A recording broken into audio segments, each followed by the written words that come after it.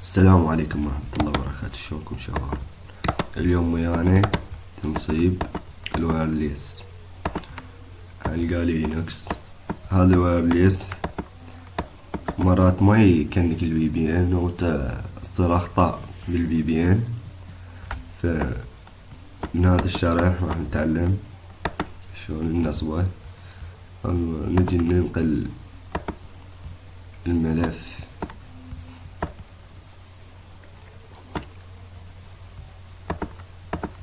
هسه نجي نفتح التيرمينال حتى نفك الضغط عنه. نكتب الأمر تار دي اكس بي اف ونجيب الملف نخليه هنا، نعطيه انتر. يبقى ينصب عندي، ننسى هاي الأداة. بعد فك الضغط نكتب سي دي وبيست انتر ال اس انتر.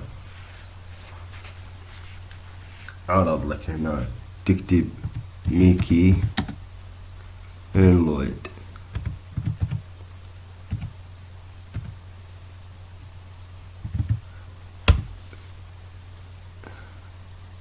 أنا سوف هسه نكتب ميكي لويد انتر. هسه تم شباب. هسه اذا نجي نشوف الوايرليس واي فاي يتنصب. هسه نغلق تيرمينال واي فاي.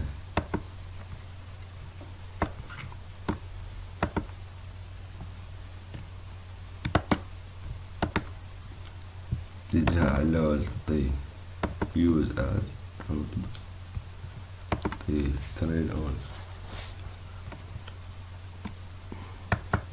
تجي على الثانية نفس الشي ترين اون. او مثل هاي الطريقة لان النت ما عندي انترنت، مخلص الاشتراك اليوم. راح يكنك ما عدا بس تجي تكنك في بي ان راح يكنك. وان شاء الله ننزل طريقة حل جميع مشاكل الفي بي ان. وان شاء الله استفدت من الشرح. كان معكم خطور العراقي. يلا شباب.